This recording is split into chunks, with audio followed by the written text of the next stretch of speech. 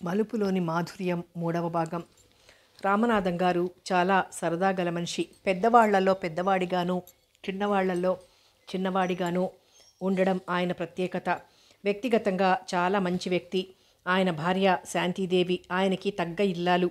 ఎంతో సంపన్నుల ఇంట్లోంచి వచ్చింది. వారికి 2 మగపిల్లలు. చిన్న కొడుకు పుట్టినప్పుడు సహాయం కోసం ఆమె తల్లిదండ్రులు గంగ అన్న ఓ యువతిని వారింటికి పంపారు. గంగ రాక శాంతికి ఎంతో హాయినిచ్చింది. కారణం, గంగ ఎంతో మెలకువగా పనిపాటలు చేసుకుంటూ ఎవ్వరికీ ఏ లోటు రాకుండా అతి తక్కువ వ్యవధిలో చేరువైంది. గంగ దూరపు బంధువు. వారికి అతి పేదరికం వల్ల వాళ్ళ నీడన బ్రతుకుతోంది. అయినా ఆమెని పనిపిల్లగా వారు చూడనూ లేదు. కొన్నాళ్ళయ్యాక రామనాథం దంపతులు ఓ మంచి వ్యక్తిని చూసి ఆమెకు వారే వివాహం జరిపారు. అతన్ని కూడా వారింట్లోనే పెట్టుకున్నారు. వారి అండలో 2 హాయిగానే కాలం గడుపుతున్నారని చెప్పొచ్చు. కొన్నాళ్లకి వాళ్లకో పాప పుట్టింది. ఎంతో అన్యోన్యంగా సాగిపోతోంది వారి సంసార నౌక. పాపని ఎంతో అల్లారుముద్దుగా పెంచుకుంటున్నారు. ఆడపిల్లలంటే ఎంతో ముద్దు శాంతిదేవికి. అందుకే ఆ పాపని తన పాపే అన్నంత ఆదరంగా చూసేది. పూలజడ వేసేది, పొట్టలంగాలు కుట్టించేది. అసలు ఆ పిల్ల ఆ ఇంట్లో పనిచేసే వాళ్ళ పిల్ల అంటే ఎవ్వరూ నమ్మేట్టుండేది కాదు. అలాంటి సమయంలో పచ్చని సంసారంలో చిచ్చు పెట్టడానిక అన్నట్టు ఓ డ్రామా కంపెనీ ట్రూప్ దిగింది. పెద్ద ఇల్లని అయ్యగారిని అడిగితే 2 గదులిచ్చారు వాళ్ళకి. ఎలా మొదలైందో గానీ ఆ నాటకాల కంపెనీ డైరెక్టర్కి గంగకి పరిచయమై అది క్రమంగా అక్రమ సంబంధంగా మారింది. అంతే, వాళ్లతో పాటు గంగా మాయమైంది కూతుర్నొదిలేసి. తరువాత ఆమె కోసం గాలించారంతా, కానీ ఎక్కడా కనిపించలేదు. భార్య బిడ్డల్ని ప్రాణప్రదంగా చూసుకునే ఆమె భర్త కృంగిపోయాడు. విరాగిలా అయిపోయాడు. ఎంతో ఉత్సాహంగా ఉండే వ్యక్తి మూడీగా మారిపోయాడు. రామనాథం పోలీస్ రిపోర్ట్ ఇస్తానంటే అతను ఒప్పుకోలేదు. అప్పట్నుంచి చిత్రంగా మారిపోయాడు. అన్నింటికన్నా చిత్రం ఏమిటంటే కూతుర్ని అసహించుకోవడం ప్రారంభించాడు. కనిపిస్తే మండిపడ్డం మొదలుపెట్టాడు. తనని నాన్న అని పిలవొద్దని కఠిన శాసనం చేశాడు. అటు అమ్మ దూరమై ఇటు నాన్న ప్రేమకి దూరమై గిలగిలలాడుతున్న ఆ పసిప్రాణి రామనాథం దంపతుల ఆదరణతో కాస్త తేరుకుంది. వాళ్లల్లోనే తల్లిదండ్రుల్ని చూసుకుంది. మరికొన్నాళ్లు గడిచింది. ఒకనాడు శాంతి తల తిరిగి పడిపోయింది. లేడీ డాక్టర్ దానికి కారణం చెప్పింది. చాలా రోజుల తర్వాత శాంతికి మళ్ళీ నెల తప్పింది. సంతోషంతో పొంగిపోలేదు శాంతి. సిగ్గుతో కృంగిపోయింది. చిచి, ఈ వయసులో మళ్ళీ పిల్లలేమిటి అనుకుని బాధపడింది. అమ్మా, ఏమైంది? డాక్టర్ వచ్చి వెళ్ళడం చూసిన చంద్రం, రవి పరుగున వచ్చి అడిగారు. సిగ్గుతో చచ్చిపోయింది శాంతి. నోట మాట రాక అలా దిక్కులు చూస్తూ ఉండిపోయింది.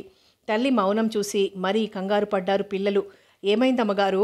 బిక్కమొహంతో అడిగింది పాప. ఈసారి మాట్లాడలేదు శాంతి. డాడీ, మమ్మీకి ఏమైంది? కంగారుగా అన్నారు చంద్రం. అతని కళ్ళ నిండా నీళ్లు. క్షణం ఆలోచించిన Ramanatham, nothing to worry, she's pregnant అనేశాడు ఎలాగో. ఓ అన్నట్టు చూశారు తల్లికేసి. అవునమ్మా, ఈ ఇంట్లోకి ఓ బుజ్జి పాపాయి వస్తుంది. బిక్కమొహంతో చూస్తున్న పాపని పొదివి పట్టుకొని అన్నారు రామనాథం. తళుక్కుమన్నాయి ఆ పిల్ల కళ్ళు. అమ్మా, మేం వెళ్తాం, నువ్వు రెస్ట్ తీసుకో అన్నాడు రవి. అలాగే అన్నట్టు తల ఊపింది శాంతి కళ్ళు మూసుకుని. పిల్లలు 3 వెళ్ళిపోయారు. వాళ్ళు వెళ్ళగానే అంతవరకు అణిచిపెట్టిన దుఃఖం కట్టలు తెంచుకుంది. భర్త ఒళ్ళో ముఖం దాచుకుని బోరుమంది శాంతి. చచ, ఇదేమిటి శాంతి? ఇందులో అంత సిగ్గుపడాల్సిందేముంది? నీకు ఆడపిల్లలంటే ఇష్టం కదా, అందుకే ఆ భగవంతుడు నీకు వరం ఇవ్వబోతున్నాడు అనునయంగా అన్నాడు రామనాథం. కానీ పిల్లలు పెద్దవారయ్యాక. బావుంది, పిల్లలు పెద్దవాళ్ళయ్యారుగా, కానీ మనం కాలేదుగా తమాషాగా అన్నాడాయన. శాంతి సన్నగా నవ్వింది. అలా ఆవిడికి అన్ని విధాలా ధైర్యం చెప్పి ఎన్నో చోట్లకు తీసుకెళ్ళి సుందర దృశ్యాలు చూపిస్తూ అరచేతిలో పెట్టుకుని చూస్తున్నట్టు చూసుకుంటున్నాడు రామనాథం. శాంతి కూడా నెలలు నిండుతున్న కొద్దీ సిగ్గు వెనక్కి నెట్టి ఉత్సాహంగానే తిరుగుతోంది. చంద్రం, రవి, పాప, చందమామ లాంటి పాపాయి రాక కోసం ఎదురు చూస్తున్నారు. ఆ రోజు రానే వచ్చింది. బంగారు బొమ్మల్లాంటి 2 పాపల్ని ప్రసవించి కన్ను మూసింది శాంతి. చివరి క్షణాల్లో భర్తని దగ్గరకు పిలిచి పిల్లలిద్దరినీ అప్పజెప్పింది. పిల్లల్ని దగ్గరకు తీసుకుని, నాన్న జాగ్రత్త, నాన్న చెప్పిన మాట వినండి, చెల్లాయిలు జాగ్రత్త, పాప కూడా మీకు చెల్లెలే, దాన్ని కూడా జాగ్రత్తగా చూసుకోండి, నేనెక్కడున్నా మిమ్మల్ని చూస్తూనే ఉంటాను అంటూ పదే పదే అప్పగింతలు పెట్టింది. పసిపిల్లలిద్దరినీ తనివి తీరా ముద్దాడింది. ఆ నలుసులిద్దరినీ భర్త చేతిలో పెట్టి ఆయన ఒళ్ళోనే అంతిమ శ్వాస విడిచింది. భార్య పోయిన దుఃఖం ఆయన్ని కొన్నేళ్ల వరకు కోలుకోలేనంతగా కృంగదీసింది. అలాగే దుఃఖాన్ని దిగమింగుకొని పిల్లల్ని పెంచి పెద్దవాళ్ళని చేశాడు. వాళ్ల కోసం సంతోషాన్ని తెచ్చిపెట్టుకున్నాడు. ఆయన మామూలు మనిషిగా మారడానికి ఇన్నాళ్లు పట్టింది. ఇటీవల ఆయన పిల్లలకి పెళ్లి సంబంధాలు చూశారు. పెద్ద కొడుక్కి మేనరికమే స్థిరపరిచారు. చిన్న కొడుక్కి మరో డాక్టర్తోనే పెళ్లి చేస్తే బాగుంటుందని ఆయన ఉద్దేశం. ఆడపిల్లలిద్దరూ ఆయనకి 2 కళ్ళు. వాళ్లతో పాటు పాపని కూడా ఆదరించాడు. త్వరలో పాపకు కూడా పెళ్లి చేయాలనే ప్రయత్నం మీదున్నాడు. రామనాథం గారి కుటుంబం గురించి తెలుసుకున్న తరువాత కాసేపలా మౌనంగా ఉండిపోయింది లలిత. ఆమెకి జరిగిందంతా కళ్ళకు కట్టినట్టుంది. లక్ష్మి హఠాత్తుగా పిలిచింది లలిత. ఏమ్మా, ఆ పాపవి నువ్వే కదూ? అవును, తల వంచుకుంది లక్ష్మి. మీ నాన్న మాట్లాడలేదు లక్ష్మి. భీముడు కదూ? ఈసారి మాట్లాడలేదు లక్ష్మి. చెప్పు లక్ష్మి, భీముడే మీ నాన్న. ఆ కారణంగా నీ మీద కోపం తెచ్చుకుని దూరం చేసుకున్న తండ్రిని తలుచుకుని నీ చిన్నారి మనసు ఎంతో తల్లడిల్లిపోయి ఉంటుందా అన్నాడు. అవునా? అవునన్నట్టు తలూపింది లక్ష్మి. ఆమె కళ్ళు మళ్ళీ నీళ్లతో నిండుకున్నాయి. నే వెళ్లేలోగా మీ నాన్నకి నీ మీదుండే ద్వేషం పోగొట్టి మరీ వెళ్తాను అంది లలిత. లక్ష్మి కళ్ళు క్షణం తళుక్కుమన్నాయి. వెంటనే నిరాశగా వాలిపోయాయి. నీకు మీ అమ్మ గుర్తుందా? మీ నాన్నంటే నీకిష్టమేనా? అయితే నువ్వు నిశ్చింతగా ఉండు, మిగతాది నేను చూస్తాను అంది లలిత. టీచరమ్మ, ఇదంతా నేను చెప్పానని తెలిస్తే తెలియనివ్వను. థ్యాంక్స్ టీచరమ్మ. ఆనాడు నా బాధనంతా మా అమ్మగారి ఒళ్ళో పడుకొని ఏడ్చి మరీ తీర్చుకునేదాన్ని. అమ్మ మీద కోపము, నాన్న మీద జాలి కలిగేవి. మళ్ళీ ఇన్నాళ్టికి నీలో మా అమ్మగారిని చూస్తున్నాను. థ్యాంక్స్. ఆ లలిత చేతుల్ని కళ్ళకద్దుకుంటూ అంది లక్ష్మి. లక్ష్మి, నువ్వు చదువుకున్నావా ఏమైనా? క్షణం తటపటాయించింది. 10th పాస్ అయ్యాను అంది లక్ష్మి. నిజం? ఆశ్చర్యపోయింది లలిత. అవును టీచరమ్మ. చదివితే ఇంకా చెప్పిస్తానన్నారు అయ్యగారు, కానీ నాకే ఇష్టం లేదు. నిజంగా మీ అయ్యగారు చాలా మంచి వ్యక్తి మనస్ఫూర్తిగా అంది లలిత. అవునమ్మా, మా నాన్న గట్టిగా చెప్పాడని కానీ, లేకపోతే నన్నో పనిపిల్లలా ఎవరికి చెప్పేవారే కాదు. అసలు నన్ను ఆ ఇంట్లో పని మనిషిగా ఎవ్వరూ చూడరు కూడా అంది లక్ష్మి. నిజమే అన్నట్టు తల ఊపింది లలిత. హాస్పిటల్ నిర్మాణం పూర్తయింది. 2-3 రోజులుగా రవి అసలు ఇంటి పట్టున ఉండటం లేదు. ప్రభు ఇల్లు దాటడం లేదు. లలిత కూడా ప్రభుతో చాలా సరదాగా మాట్లాడుతోంది. దానికతను పొంగిపోతున్నాడు. రవి మాత్రం చూస్తే కళ్ళు చిట్లించి కొరకొరా చూస్తాడు ఆ ఇద్దరి వైపు. చంద్రం మరీ స్తబ్దుగా తయారయ్యాడు.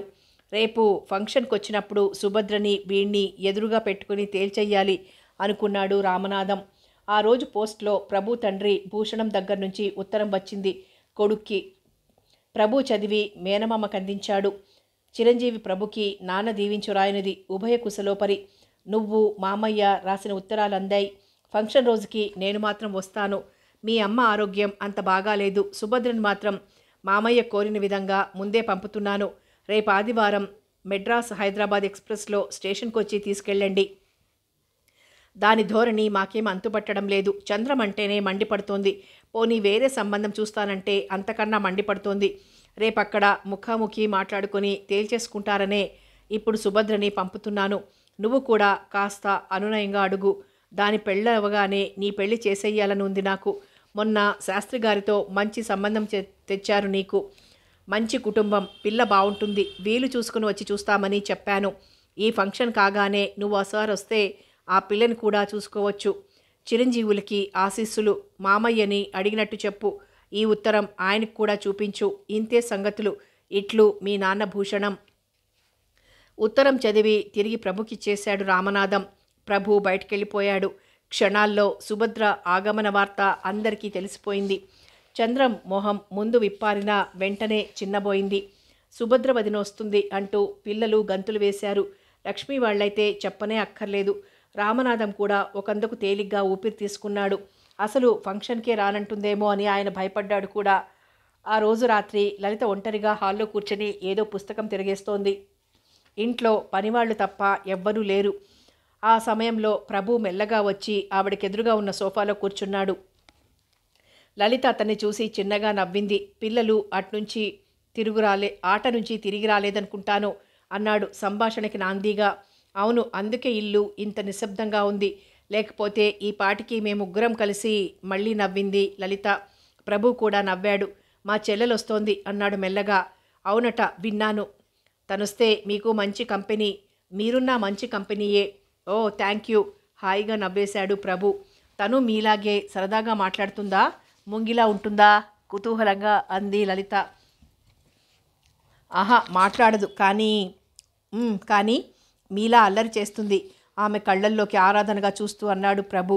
అంటే నేను అల్లరి చేస్తున్నానంటారా? బుంగమూతి పెట్టి చిరుకోపంగా అంది లలిత. అలా ఉన్న ఆ ముఖాన్ని రెండు చేతుల్లోకి తీసుకుని బుంగమూతి పెట్టిన చిన్న ఎర్రని పెదవుల్ని ముద్దాడాలన్న కోర్కెని బలవంతంగా అదుపులో పెట్టుకుంది. కాదా మరి, చిన్న పిల్ల కన్నా ఎక్కువ అల్లరి చేస్తారు. అఫ్కోర్స్, ఆ అల్లరిలో కూడా అందం ఉందనుకోండి అన్నాడు ప్రభు. అల్లరిలో అందమా? పక్కున నవ్వింది లలిత. నిజం లలిత, మీ అల్లరి, మీ చిలిపి మాటలు అంటే నాకెంతో. ఏమ్మా ఇక్కడున్నావా? నీకోసం తోటలు దొడ్లు వెతుకుతున్నాను, ఇవిగో పూలు అంటూ వచ్చి లక్ష్మిని చూసి దెయ్యాన్ని చూసినట్టు చూశాడు ప్రభు. పూలిచ్చి వచ్చినంత వేగంగా వెళ్ళిపోయింది లక్ష్మి. ప్రభు ముఖంలో మారిన రంగుల్ని చూసి పక్కున నవ్వింది లక్ష్మి. ఏవి పూలు అన్నాడు అతను చిన్నగా నవ్వుతూ. లలిత పూలున్న రెండు చేతులు అతని ముందుకు చాచింది. ఆ చేతుల్ని సున్నితంగా పట్టుకుని పూలు వాసన చూస్తూ, అబ్బా, మీ చేతిలో ఉన్న ఈ పూలకి మరింత పరిమళం వచ్చింది సుమా అన్నాడు ప్రభు. తీయగా నవ్వింది లలిత చేతుల్ని అవతలికి తీసుకుంటూ. ఆమె నవ్వులో శృతి కలిపాడు ప్రభు. అప్పుడే అడుగుపెట్టిన రవికి చేతుల నిండా మల్లెలు, ఎదురుగా ప్రభు ఒకరినొకరు చూసుకుంటూ హాయిగా నవ్వుకోవడం కనిపించి గుండెల్లో సన్నని మంట బయలుదేరింది. వాళ్ళకేసి కొరకొరా చూస్తూ విసురుగా లోపలికెళ్ళిపోయాడు. ఆ విసురంతా వాళ్ళిద్దరూ గమనించకపోలేదు. అయినా మాటలు ఆపలేదు, నవ్వుకోవడము ఆపలేదు. లలితకి రామలింగం ఓ పెద్ద సమస్య కూర్చున్నాడు. ప్రతిరోజు రావడం, ఏవేవో కబుర్లు చెప్పడం, అదోలా ద్వంద్వార్థాలతో మాట్లాడడం, అలాంటివి చూస్తుంటే ఆమెకి తగని చిరాగ్గా ఉంది. ఈ మధ్య ఏదో ఒక వంక పెట్టి అతని నుంచి తప్పించుకోవాలని ప్రయత్నిస్తోంది కూడా. కానీ ఆయన అదేం పట్టించుకోనట్టు తన ధోరణిలో తనుంటున్నాడు. ఇలాంటి వాళ్ళు కూడా ఉంటారా అని ఆశ్చర్యపోయింది కూడా లలిత ఒకసారి. ఆ రోజు సాయంకాలం రోజులాగే రామలింగం వచ్చాడు. ఇల్లంతా నిశ్శబ్దంగా ఉంది. అయ్యగారు లేరా అన్నాడు లక్ష్మితో. ఇప్పుడే రారని మీకు తెలుసుగా, కాస్త వ్యంగ్యంగా అంది లక్ష్మి. ఆమెకి అసహ్యమే ఆయనంటే. లలితని ఆయన చూసే చూపులు గమనించకపోలేదామె. అదేదో పెద్ద జోక్లా పెద్దగా నవ్వాడాయన. కూర్చోండి, అయ్యగారు వస్తారంటూ ఓ పుస్తకం ఆయన ముందు పడేసి వెళ్ళబోయింది లక్ష్మి. పోన్లే, మీ టీచర్ అమ్మని పిలు, కాసేపు అదే రామనాథం వచ్చేదాకా కబుర్లు చెప్పుకుంటాం వెకిలిగా అన్నాడు. ముఖం చిట్లించింది లక్ష్మి. ఆవిడికి ఒంట్లో బాగాలేదండి, పడుకున్నారు అంది మెల్లగా. అలాగా, ఏమైంది కంగారుగా లేవబోయాడు రామలింగం. ఆహా, వద్దులేండి, ఆవిడ్నే పిలుస్తాను అంటూ తప్పనిసరిగా వెళ్ళింది లక్ష్మి. 5 నిమిషాల తర్వాత మెల్లగా వచ్చింది లలిత. ఏమిటి, ఒంట్లో బాగాలేదా అన్నాడు ఆప్యాయంగా. అవునండి, ఒకటే తలనొప్పి, జ్వరం కూడా వచ్చేలా ఉంది, అందుకే పడుకున్నాను అంది లలిత నీరసాన్ని తెచ్చిపెట్టుకుంటూ. అలాగా, ఎప్పటినుంచి జ్వరం ఉందా?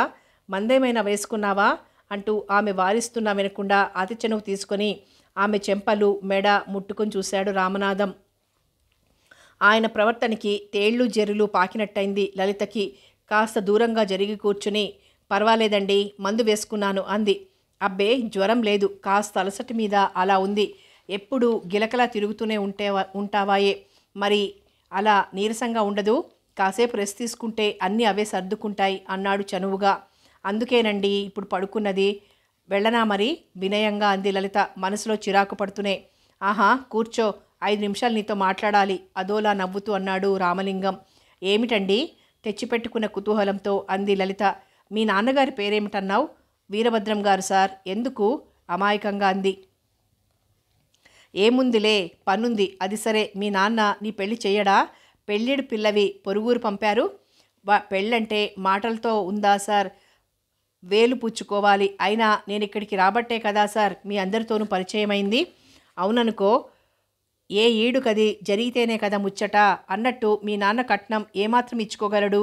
కుతూహలంగా అడిగాడు రామనాథం. లలిత వచ్చే నవ్వును పెదవుల మధ్య దాచుకుంటూ, తిండికి గతిలేని వాళ్ళం, ఇంకా కట్నాలేమిచ్చుకోగలం సార్? ఏదో పెద్ద మనసుతో ఎవరైనా నన్ను చేసుకోవడానికి ముందుకు రావాలి కానీ అంది దిగులుగా. ఎందుకు రారు? నిన్ను చూసి ఎవరైనా సరే కళ్ళకద్దుకుని చేసుకుంటారు. నీకిష్టమైతే మీ అబ్బాయికి చేసుకుంటారా సార్? చెప్పండి. ఈ విషయం తెలిస్తే మా నాన్నకి సగం బెంగ తప్పుతుంది అంది లలిత ఉత్సాహంగా. రామలింగం ముఖం నల్లగా మాడిపోయింది. నాకసలు పిల్లలు లేరు. అయినా నేనంత పెద్దవాడిలా కనిపిస్తున్నానా? నిష్ఠూరంగా అన్నాడు. అబ్బే, నా ఉద్దేశం అది కాదండి. పూర్వం చాలా చిన్నతనంలోనే పుట్టేవారట కదా పిల్లలు, అందుకే. లేదులే, ఇంతకీ నాకెంత వయసుంటుందని నీ ఉద్దేశం? లలిత ఓ క్షణం ఆలోచించినట్టు నటించి 40 ఏళ్ళుండవు అంది. రామలింగం మొహం దివిటీలా వెలిగిపోయింది. Yes, you are correct. నా వయసు జస్ట్ 40. కాస్త బట్టతల ఉంది కాబట్టి కానీ, లేకపోతే 35 ఏళ్లలా ఉండేవాడిని. నిజమే సార్. అవునా మరి? ఈ వయసులో భార్యావియోగాన్ని కలిగించాడా పాడుదేవుడు.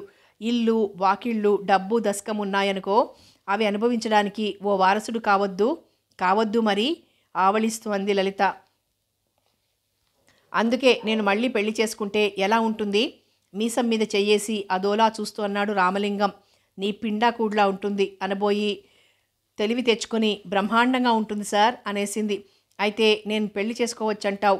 తప్పకుండా చేసుకోండి సార్. నా ఓటు మీకే. ఈ వయసులో ఆలనా పాలనా తప్పకుండా ఉండాలి సార్. మనకంటూ ఓ ఆడదక్షత ఉండి తీరాలి. మంగమ్మ గారున్నారనుకోండి. అయినా ఆ మాట వినగానే చేదు తిన్నట్టు మొహం పెట్టి, మంగమ్మ నా బొంద, ఏదో దూరపు బంధువు, దిక్కులేనిది అని చేరదీశానే గాని దానివల్ల నాకేం సుఖశాంతులు లేవు లలిత. ఎంతైనా డబ్బుకి కక్కుర్తి పడేవాళ్ళు ఇంటి మనుషులవుతారా? రేపు పెళ్లి చేసుకోగానే దాన్ని సాగనంపను ముసిముసిగా నవ్వుతూ అన్నాడు రామలింగం. అయ్యో, అదేమిటి? పెళ్లి చేసుకున్న వెంటనే ఆవిడ్ని పంపేసి ఆ చాకిరీ అంతా ఆ రాబోయే పిల్ల మీద వేస్తారా?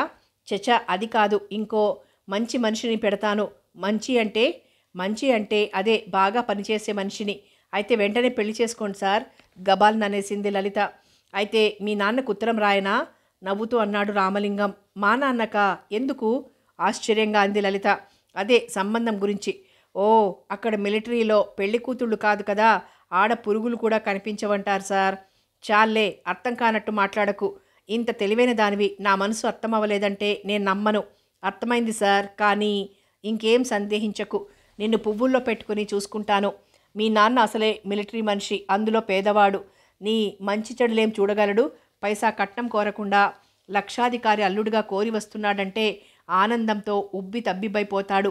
నీకా పరాయి పంచ నుండి ఊడిగం చేసే బాధ తప్పుతుంది. ఏమంటాను సార్? కోరి సిరి వస్తానంటే వద్దని తలుపులు మూస్తారా? కానీ కాస్త నన్ను ఆలోచించుకోనివ్వండి సార్. ఇంకా ఏం ఆలోచిస్తావు? అసలే అమాయకురాలివి. ఈ ఇంట్లో అంతా బ్రహ్మచారి వెదవలే రహస్యంగా అన్నాడు రామలింగం. నిజమే అన్నట్టు తల పంకించింది లలిత. అవునా మరి? అందుకే నిన్ను చూస్తే నాకెంతో జాలి. అందుకే నిన్నీ చెరలోంచి తప్పించాలని నిర్ణయించుకున్నాను. నా మీద మీకెంత జాలి సార్?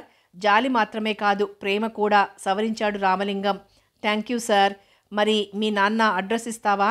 ఇలాంటి విషయాల్లో ఆలస్యం అసలు పనికిరాదు మెల్లగా అన్నాడు. అబ్బే, మీకెందుకు సార్ అంత శ్రమ? నేనే మా నాన్నకు ఉత్తరం రాస్తాను. నా మాట ఆయన ఎప్పుడూ కాదనరు అంది లలిత నమ్మకంగా. అయితే వెళ్ళిరానా? లేవలేక లేస్తున్నట్టుగా లేచాడు రామలింగం. అలాగే, మీరు నిశ్చింతగా వెళ్ళిరండి. 2 చేతులు జోడించి లేచి నిల్చుంది లలిత. ఆయన వెళ్ళగానే పొట్ట చేత్తో పట్టుకొని మరీ నవ్వింది. అదంతా విన్న లక్ష్మి కూడా నవ్వుతూ వచ్చి, నిజంగా చేసుకుంటారేమో అని భయపడ్డాను టీచరమ్మ, మీరు ఆయనతో మాట్లాడే తీరును బట్టి అంది. ఎందుకు చేసుకోకూడదు? చిచి, అంత పెద్దాయన్నా? అయితే మాత్రమేం, చాలా ధనవంతుడు. అయితే మాత్రం మరి అంత ముసలాయన్నా? అసలు ఆయనకి ఎన్నేళ్ళుంటాయో తెలుసా? ఎన్నేళ్ళుంటాయి ఏమిటి? మన అయ్యగారి కన్నా పెద్దవారు. అంతేకాదు, బుద్ధి కూడా అంత మంచిది కాదు. అసలు మంగమ్మను చేరదీసి ఆ రాక్షసి ఈయన కలిసి రాసి రంపాన పెడితే కాదు, ఆ మహా ఇల్లాలు ఊరిపోసుకొని చచ్చింది. మీరు చచ్చినా ఆయన మాటలు నమ్మకండి. నక్కలాంటి మనిషి కోపంగా అంది లక్ష్మి. నిజమా? విస్తుపోయింది లలిత. నిజం టీచరమ్మ, ఒట్టు. లలిత ఆలోచనలో పడిపోయింది.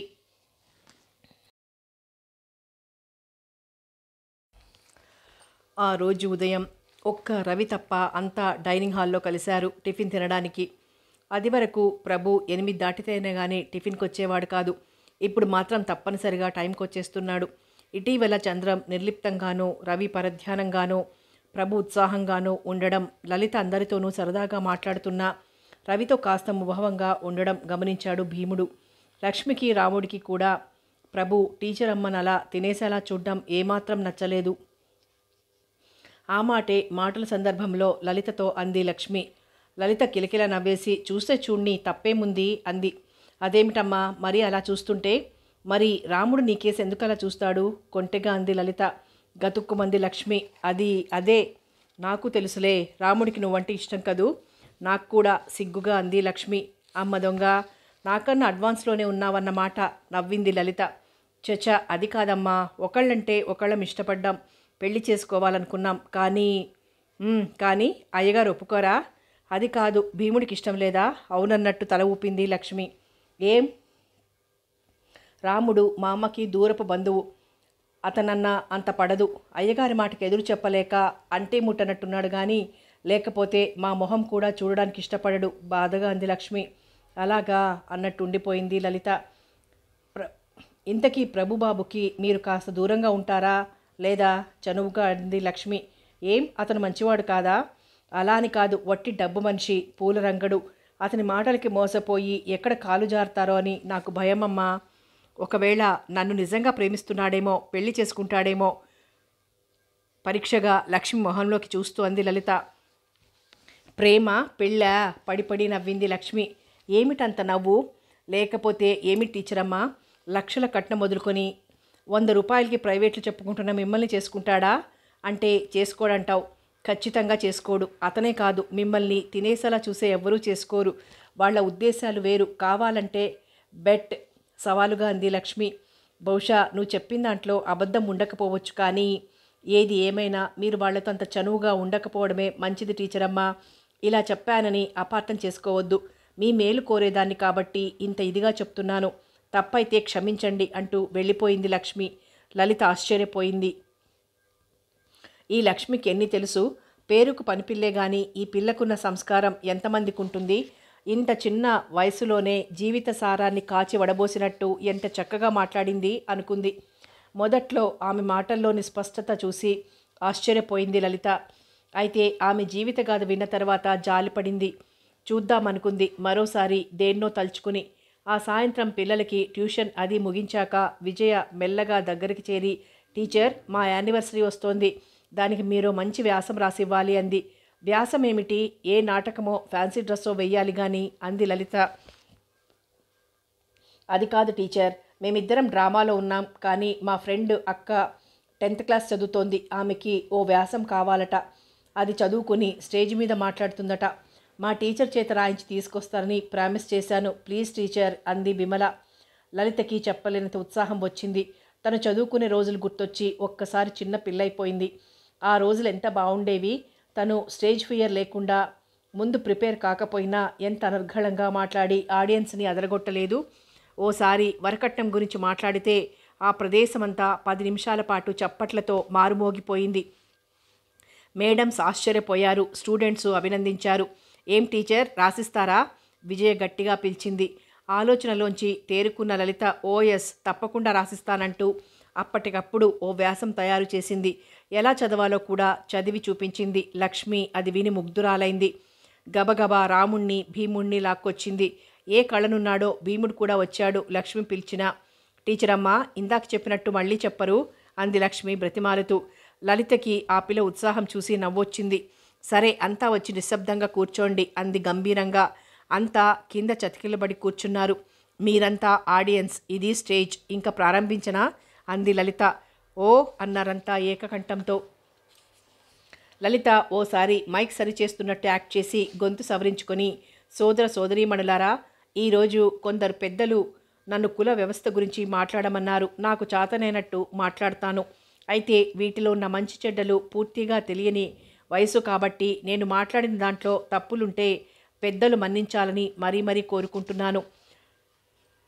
కులం మొదట్లో మనకి కులాలు మతాలు ఏం లేవని, అవన్నీ మనం కల్పించుకున్నవేనని దాదాపు ఇక్కడున్న అందరికీ తెలుసు. ఆనాడు కొందరు పెద్దలు తమ తమ స్వార్థానికి బానిసలై రకరకాల కులాలు ఏర్పరచుకున్నారు, అధికారం చెలాయించారు. అయితే ఇప్పుడు అవి చాలా శాతం నశించిపోయాయనే చెప్పొచ్చు.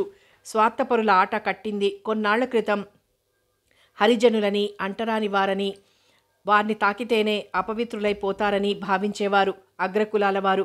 అయితే ఇప్పుడు ఆ తేడాలన్నీ సమసిపోయాయి. ఎక్కడో మారుమూలల్లో ఉన్న ఏ పల్లెల్లోనో తప్ప దేవాలయాల్లోకి అంతా సమానంగానే వస్తున్నారు. తిరుపతి చూడండి, ఇక్కడ కులాల ప్రసక్తి ఉందా? ఆ దేవుని ముందు అందరూ ఒకటే అన్నట్టు అందరికీ ఆలయ ప్రవేశం ఉంది. ఇంకా ఉద్యోగాలకి ఎక్కువ తక్కువ కులాలనేవి లేకుండా అన్ని రంగాల్లోనూ అందరూ చేస్తున్నారు. ఈ విషయంలో మనం ఎంతో ప్రగతి సాధించామని గర్వంగా చెప్పుకోవచ్చు. కులాంతర మతాంతర వివాహాన్ని ప్రోత్సహించి మన ప్రభుత్వం కూడా మానవులంతా ఒకటే అని చాటి చెప్పడానికి శాయశక్తులా పాటుపడుతోంది. అంతవరకు బాగానే ఉంది, కానీ అలా ఆగిపోలేదు. కొందరు స్వార్థపరులు ఈ కులం అన్న పదాన్ని మెయిన్గా తీసుకొని ప్రజల మీద ప్లే చేస్తున్నారు. అమాయక ప్రజల్ని రెచ్చగొట్టి వారి అవసరాలు తీర్చుకుంటున్నారు. వాళ్లల్లో వాళ్ళు కొట్టుకు చచ్చేలా చేసి పైనుంచి తమాషా చూస్తున్నారు. అయితే దీనివల్ల తమకేమైనా లాభించిందా అని ఒక్కరూ ఆలోచించడం లేదు. పెద్దలాడిన ఆటల్లో పావుల్లా మారిపోతున్నారు. హరిజనులకి మనకి అన్ని విషయాల్లోనూ ఒకేలా న్యాయం జరిగేలా చూడాలి, కానీ అలా చూడడం లేదు. ఓట్ల కోసం మన నాయకులు చాలామంది గొంతు చించుకొని అరిచే మాట ఏమిటంటే అగ్రకులాల వారు వీరందరినీ అణిచేస్తున్నారని, హీనంగా చూస్తున్నారని, మేమైతే అందరినీ సమాన దృష్టితో చూస్తామని. అది వినేవాళ్ళు మాత్రం ఈయన అగ్రకులానికి చెందినవాడే కదా, ఈయన మాత్రం మనల్నే ముద్రిస్తాడు అని ఆలోచించరు. పైగా ఇంకేముంది, మనం చాలా గొప్పవాళ్ళం, మనం ఏం చేసినా చెల్లుతుంది అనుకొని ఉన్న వృత్తి పనులని వదులుకొని ఈ నాయకులు ఏదో చేస్తారని ఆశించి వీధులు పట్టి తిరుగుతున్న వాళ్ళు చాలామంది ఉన్నారు ఈ దేశంలో. ఇంకా ఈ కులాల తమాషా ఎంతవరకు పోయిందంటే, ఉదాహరణకి ఓ అమ్మాయి రోడ్డున వెళ్తుంటే ఓ రోడ్ సైడ్ రోమియో ఆమె నల్లరి పెట్టి అసభ్యపు మాటలతో ఏ కొంగో లాగాడనుకోండి. ఆ సమయంలో ఆ పిల్ల అన్నగారో లేక తండ్రో అది చూశాడనుకోండి, ఊరుకుంటాడా? పళ్ళు రాలగొడతాడు. దానికి ఆ పిల్లాడు బాధపడ్డా మండిపడ్డా అతని తల్లిదండ్రులు మాత్రం అతన్నే మందలిస్తారు. అతను కూడా ముందు ఆవేశపడ్డా తర్వాత సిగ్గుపడి ఊరుకుంటాడు. అయితే ఆ కథ అంతటితో ముగిసిపోదు.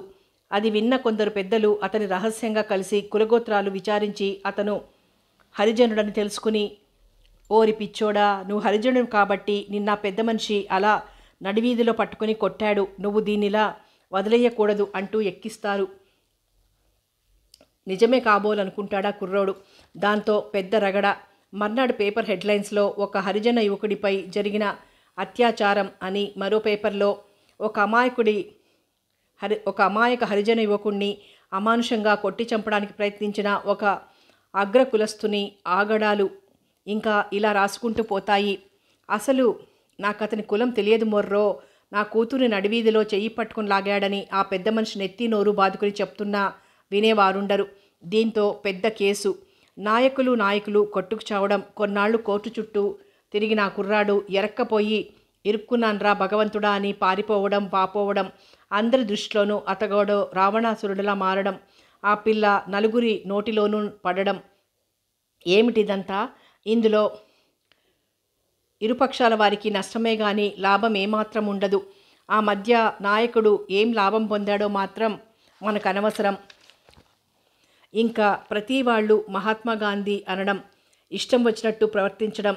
నిజమే, గాంధీ గారు మానవులంతా ఒకటే కులం, అంటరానితనం మహా అపరాధం, అంతా సంఘీభావంతో మసులుకోండి అన్నారు. అయితే అన్నీ వదిలేసి ఆ కులం అన్న పదాన్ని తప్ప మిగతావన్నీ వదిలేశారు మన వాళ్ళు. ఓ ఇంటర్వ్యూకి వెళ్ళాడనుకోండి, నీ కులం ఇదా అని, ఇవి వేరే కులాల వారికి కేటగిరీలో ఉంచాలో అని, కాలేజీ సీట్ కోసం వెళ్తే అవి వేరే కులాల వారికి అలాట్ చేశామని అనేయడం. మనం ఎవరో వింటూనే ఉన్నాం. మెడిసిన్లో సైతం రెట్టింపు మార్కుల వాళ్ళకి సీట్ ఇవ్వకుండా సగం మార్కులు మాత్రం వచ్చిన వాళ్ళకి సీట్ ఇస్తోంది ప్రభుత్వం. వాళ్ళు డాక్టర్గా వస్తారు, ప్రాణాలు రక్షిస్తారో శిక్షిస్తారో ఆ భగవంతుడికే తెలియాలి. మహాత్మా గాంధీ అందరూ సమానమన్నారే తప్ప అగ్రకులాల వారిని అణగదొక్కమనలేదు. అంత ఘోరంగా పక్షపాతం చూపించమనలేదు. మనిషి హీనపరిస్తే దండించాల్సిందే తప్ప తప్పు చేసిన ఎవరైనా దండనార్హులే. కానీ దానికి కులమని గోత్రమని మసిపూస్తే మాత్రం అన్యాయం. తెలివి అర్హత ఉన్నవారికే సీట్లు, వారికే ఉద్యోగాలు. ఒకవేళ వారికి అర్హత లేకపోతే ప్రయత్నించి అర్హత కలిగించి మరీ ఇవ్వాలి. అంతేగాని కళ్ళు మూసుకుని సీట్లు ఇవ్వకూడదు. కుల మత ప్రసక్తి లేకుండా అర్హులందరికీ అవకాశం ఇవ్వాలి. ఒకే ఇంట్లో 10 మంది ఉద్యోగాలు చేసేవారున్నారు. సరదా కోసం ఉద్యోగం చేసేవారు ఉన్నారు. అలా కాక తగిన వారిని చూసి ఉద్యోగాలిస్తే ఈ నిరుద్యోగ సమస్య పూర్తిగా సమసిపోతుందని నా ఉద్దేశం. అన్నింటికన్నా ముఖ్య విషయం ఏమిటంటే ఇప్పుడు చౌదరులని, నాయుళ్ళని, యాదవులని, హరిజనులని, గిరిజనులని, ఎవరి కులాల్ని వారు గౌరవనీయంగా పిలిపించుకుంటున్నారు. కానీ బ్రాహ్మణులు అలా కాదు. ఆ మధ్య మా పక్కింటి కుర్రాడొచ్చి పాఠం చెప్పమంటే చెప్తూ వాడితో వెనకబడ్డ కులాల వారంటే ఎవర్రా అన్నాను. వాడు వెంటనే ఏమాత్రం తడుముకోకుండా మనమే అనేశాడు. నేను నిర్ఘాంతపోయి అదేమిట్రా అంటే, అవునక్క, మా స్కూల్లో అందరినీ గౌరవంగానే పిలుస్తారు, మనల్ని మాత్రం బాపనాళ్ళు అంటూ హేళనగా పిలుస్తారు అన్నాడు. వాడి పసి మనసులోనే ఎంతో బాధ. నేను వాడికేం జవాబు చెప్పలేకపోయాను. ఎందుకంటే నాకు తెలుసు అలా అంటున్నారని. అయితే అలా కేటాయించిన సీట్ల కోసం ఉద్యోగాలు వాళ్ళకు అందుతున్నాయా అంటే సరిగ్గా జవాబు చెప్పలేం. చేసినా చేయకపోయినా ఈ తేడాలు అవి మా వంటి పసివారి మనసు విరిగిపోయి ద్వేషాలు, కక్షలు, కార్పణ్యాలు పెరగడానికి అవకాశం లేదంటారా? ఇంతకన్నా మా విద్యార్థులకి తెలియదు. నేను మాట్లాడిన ఈ మాటలు ఎవరిని ఉద్దేశించి కానీ నొప్పించాలని మాట్లాడినవి కాదు. ఒకవేళ తెలియక ఎవరి మనసులనైనా నొప్పిస్తే క్షమించమని మరీ ప్రార్థిస్తున్నాను. ఈ అవకాశం నాకు ఇచ్చిన పెద్దలందరికీ మరోసారి కృతజ్ఞతలు చెప్పుకుంటూ నా ప్రసంగాన్ని ఇంతటితో ముగిస్తున్నాను అంది లలిత. గదంతా చప్పట్లతో నిండిపోయింది. తుళ్ళిపడి చూసిన లలిత తెల్లబోయింది. గుమ్మంలో కుటుంబ సభ్యులంతా ఆశ్చర్యంగా చూస్తూనే ఇంకా క్లాప్ చేస్తున్నారు. కంగ్రాచ్యులేషన్స్ లలిత, చాలా చాలా బాగా మాట్లాడారు అన్నాడు ప్రభు మనస్ఫూర్తిగా. థ్యాంక్స్. ఏదో పిల్లలు సరదా పడుతుంటే సిగ్గుపడింది లలిత. పిల్లలేమిటి, పెద్దలం మేమంతా కూడా ముగ్ధులమై వింటుంటే నవ్వుతూ అన్నారు రామనాథం. అప్పుడెప్పుడో మాట్లాడతా లేక ఇప్పుడు తయారు చేశారా? కుతూహలంగా అడిగాడు చంద్రం. మా కాలేజీలో మా స్కూల్లో మాట్లాడాను, నాకు ఫస్ట్ ప్రైజ్ కూడా వచ్చింది అంది లలిత. అబ్బో, అప్పటిది మీకింకా గుర్తుందన్నమాట. ఆశ్చర్యమే. అయినా చాలామంది మీ మీద విరుచుకుపడి ఉండాలి అలా మాట్లాడినందుకు అన్నాడు చంద్రం నవ్వుతూ. ఎందుకు గుర్తుండదు, సంవత్సరం బట్టి పట్టుంటుంది వ్యంగ్యంగా అన్నాడు రవి. రోషంగా చూసింది లలిత. నేను బట్టి పట్టడం మీరు చూశారా అంది సీరియస్గా. చూడలేదు, కానీ మీరు పిల్లలకి పాఠాలు చెప్పడానికి రోజు ఎంత అవస్థపడుతున్నారో చూడడం లేదు అన్నాడు రవి. నేను అవస్థపడుతున్నానని మీతో మొరపెట్టుకున్నానా? కోపంగా అంది లలిత. వాతావరణం ఘాటుగా మారడం చూసి ఇంకా వాదనలు చాలు రండి అన్నాడు రామనాథం. అందరూ బయటికెళ్ళిపోయారు. రవి అలా అనడమైతే అన్నాడు కానీ అతనికి ఆశ్చర్యంగానే ఉంది ఆమె అలా మాట్లాడడం. అందచందాలతో పాటు గంటల తరబడి మాట్లాడి ఎదుటివారిని ముగ్ధుల్ని చేయగల శక్తి కూడా ఈ అమ్మాయికి ఉంది అనుకున్నాడు. ఎంత కాదనుకున్నా లలితే కళ్ళ ముందు నిలుస్తోంది అతని మనసులో. దూరంగా ఉన్న ఆమె విశాల నేత్రాలు అతన్ని వెంటాడుతున్నట్టే ఫీల్ అవ్వసాగాడు. ఏదో ఓ నెపంతో ఆమెని తప్పించుకు తిరుగుతున్నాడు. తెచ్చిపెట్టుకున్న చిరాకు ప్రదర్శిస్తున్నాడు. పోనీ ఆమెను పెళ్లి చేసుకుంటే అనుకున్నాడో క్షణం. కానీ వెంటనే అమ్మో, డాడీ ఒప్పుకోడు. ఒకవేళ ఎలాగో ఒప్పించి చేసుకున్నా రేపు పెళ్ళయ్యాక నోరు మెదిపితే ఓ పెద్ద స్పీచ్ ఇచ్చిందంటే నా పనైపోతుంది. అయినా ఇలాంటిదేదో ఆశించే ఇక్కడికి వచ్చిందా? లేకపోతే ఇంతోటి 100 రూపాయల ఉద్యోగం అక్కడ దొరకలేదా? అవును, అదే అయి ఉంటుంది. మాలో ఎవరినైనా ఆకట్టుకోవాలనుకునే అంత దూరం వచ్చినట్టుంది. చచ్చినా ఈవిడ మైకంలో పడకూడదు. మరోసారి ఘోర శపథం చేసుకున్నాడు రవి. భీముడు, వంటకి కాస్త సాయం చేయనా అంటూ వచ్చింది లలిత. మామూలుగానే అతను చిన్నగా నవ్వి వద్దమ్మా అనేశాడు. భీముడు, ఒక మాట అడగనా అంది గుమ్మం మీద చతికిలబడుతూ. ఏమిటమ్మా? నవ్వుతూ చూశాడు భీముడు. నీ పేరు భీముడని ఎందుకు పెట్టారు? నువ్వు వంటలు చేస్తావని మీ వాళ్ళకు ముందే తెలుసా అంది లలిత. నవ్వాడు భీముడు. లేదమ్మా, చిన్నప్పటి నుంచి ఇలాగే లావుగా ఉండేవాడినట. అందరూ ముద్దుగా భీమసేనుడని పిలిచేవారట. అదే స్థిరపడిపోయింది. మరి వంటవాడివి ఎలా అయ్యావు? చదువు అబ్బక మళ్ళీ నవ్వాడతను. పాపం, ఒక్కడివే ఎన్ని పనులు చేసుకోవాలి అంటూ ఆ లక్ష్మి ఉంది కదా, కాస్త నీకు సాయం చేయకూడదు అంది లలిత. అతని ముఖం గంభీరంగా అయిపోయింది. నాకెవరి సాయం అక్కర్లేదమ్మా అన్నాడు క్లుప్తంగా. బావుంది, నువ్వు కావాలంటావేమిటి? అసలు ఆమెం చేస్తుంది ఇంట్లో? ఇల్లు సర్దడం, అందరికీ అన్ని సదుపాయాలు జరుగుతున్నాయా లేదా అని చూడ్డం, అంతేగా. మిగతా పనులన్నీ అచ్చమ్మే చేస్తుందిగా చిరాగ్గా అంది లలిత. అవునమ్మా, మొదటి నుంచి అయ్యగారు అమ్మగారు కూడా ఆమెను అలా పెంచారు. ఇంట్లో పిల్లలాగే ఉంటుంది అన్నాడతను. అయితే మాత్రం అలా పని దులపరించుకొని వెళ్ళడం నాకేం బాగాలేదు భీముడు. అసలు ఒళ్ళు దాచుకునే వాళ్ళంటే నాకు గిట్టదు. మనం చూడు, జీతం తీసుకుంటున్నామంటే దానికి తగ్గ పని చేస్తున్నామా లేదా? కానీ లక్ష్మి ఎంతసేపు అమ్మగారి గది అలంకరించడం, అయ్యగారికి కావలసినవి అందించడంతోనే గడిపేస్తోంది. అంతేగాని మిగతా పనులన్నీ అచ్చమ్మతో చేయిస్తోంది. భీముడి ముఖం గంభీరంగా అయిపోయింది. లలిత అలా మాట్లాడడం అతనికి నచ్చినట్టు లేదు. లేదు టీచరమ్మా, లక్ష్మి పని దొంగ కాదు. తను నాకు సాయం చేస్తానని అంటుంది, కానీ నేనే వద్దంటాను అన్నాడు మెల్లగా. నువ్వు చెప్పాల్సిందే, నేనెప్పుడూ చూడలేదు మరింత రెచ్చగొడుతూ అంది లలిత. భీముడు మాట్లాడలేదు. లేకపోతే ఇవాళ చూడు, జ్వరం వంకతో మంచం దిగలేదు. లక్ష్మికి జ్వరమా? కంగారుగా అన్నాడు భీముడు. నా మొహం, ఓ 104 డిగ్రీలు ఉందనుకో, దానికి అంత రాద్ధాంతం చేయాలా? తేలిగ్గా నేసింది లలిత. అదేమిటమ్మా అలా అంటారు? ఈ సంగతి బాబుగారికి తెలుసా? ఆతృతగా అడిగాడు. తెలియదు, ఉండండి నేను చెప్తాను లేవబోయాడతను. మనకెందుకు భీముడు గొడవ? క్షమించండమ్మా, లక్ష్మికి ఏమైనా అయితే నేను భరించలేనంటూ లేచాడు భీముడు. అంతే, లక్ష్మి తుఫాన్లా వచ్చి అతని కాళ్ల మీద పడిపోయింది. బిత్తరపోయాడు భీముడు. లలిత తీయగా నవ్వింది. నన్ను క్షమించు నాన్న, నిన్ను అపార్థం చేసుకున్నాను ఏడుస్తూ అంది లక్ష్మి. లేలే కంగారుగా అన్నాడు భీముడు. భీముడు, ఎందుకు మనసులో ఉన్న ప్రేమని చంపుకుంటావు అంది లలిత మెల్లగా. అది కాదమ్మా, నాకంతా తెలుసు. తల్లి చేసిన నేరానికి రక్తం పంచుకునే పుట్టిన బిడ్డకు శిక్ష వేస్తావా? తల్లి ప్రేమకి నోచుకొని అభాగ్యురాలిని తండ్రి ప్రేమకి కూడా దూరం చేస్తావా? ఒక్కసారి ఆలోచించు అనునయంగా అంది లలిత. ఆమె కళ్ళ నిండా నీళ్లూరి టపటపమంటూ ఒళ్ళోకి రాలాయి. భీముడు మౌనంగా కూతురు వీపు నిమురుతూ ఉండిపోయాడు. మా భీముడికి కోపం పోయినట్టయినా నవ్వుతూ అంది లలిత. భీముడు చల్లగా నవ్వాడు. అతని మనసెంతో హాయిగా ఉందిప్పుడు. ఇంక నుంచి నీకు 2 కూతుళ్ళు గంభీరంగా చూసింది లలిత. అర్థం కానట్టు చూశాడతను. నేను లక్ష్మి కన్న కూతురైతే లలిత పెంపుడు కూతురు, సరేనా? అలాగే టీచరమ్మా. ఇదిగో టీచరమ్మా కాదు లలిత, నువ్వు నాకింక నుంచి బాబాయివి, ఓకే? సీరియస్గా అంది లలిత. అలాగేనమ్మా మనస్ఫూర్తిగా అన్నాడు భీముడు. మేమెవ్వరం చెయ్యలేని పని మా లలిత చేసింది ఆనందంగా అన్నాడు. అంతా విన్న రామనాథం, మిగతా వారు కూడా ఆశ్చర్యపోయారు. ఆ సంఘటనకి సిగ్గుగా తలుంచుకుంది లలిత. మరో విషయం మిగిలిపోయింది బాబాయ్ గంభీరంగా అంది. ఏమిటమ్మా అది? నవ్వుతూనే అన్నాడు భీముడు. లక్ష్మికి రాముడికి త్వరలో మనం పెళ్లి చేసేయాలి సీరియస్గా అంది లలిత. హాయిగా నవ్వేశాడు భీముడు. నాకు తెలుసు మీరు ఈ విషయానికి వస్తారని అన్నాడు. అదిగో మళ్ళీ మర్చిపోయావు, నేను నీ కూతుర్ని. నువ్వేమో మీరు గీరు అంటూ. మర్చిపోయాను నవ్వేశాడు భీముడు మళ్ళీ.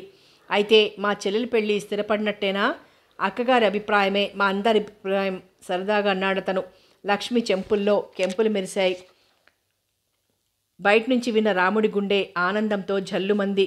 గబాల్న ఆవిడ కాళ్ల మీద పడిపోయి, టీచరమ్మా, మీ మేలు ఈ జన్మలో మర్చిపోలేనమ్మా అన్నాడు. ఏమిటిది? లేలే, అయినా మంచి మర్యాద లేకుండా టీచరమ్మా ఏమిటి? ఎంచక్క వదినా అని పిలు అంది లలిత కోపం తెచ్చుకుంటూ.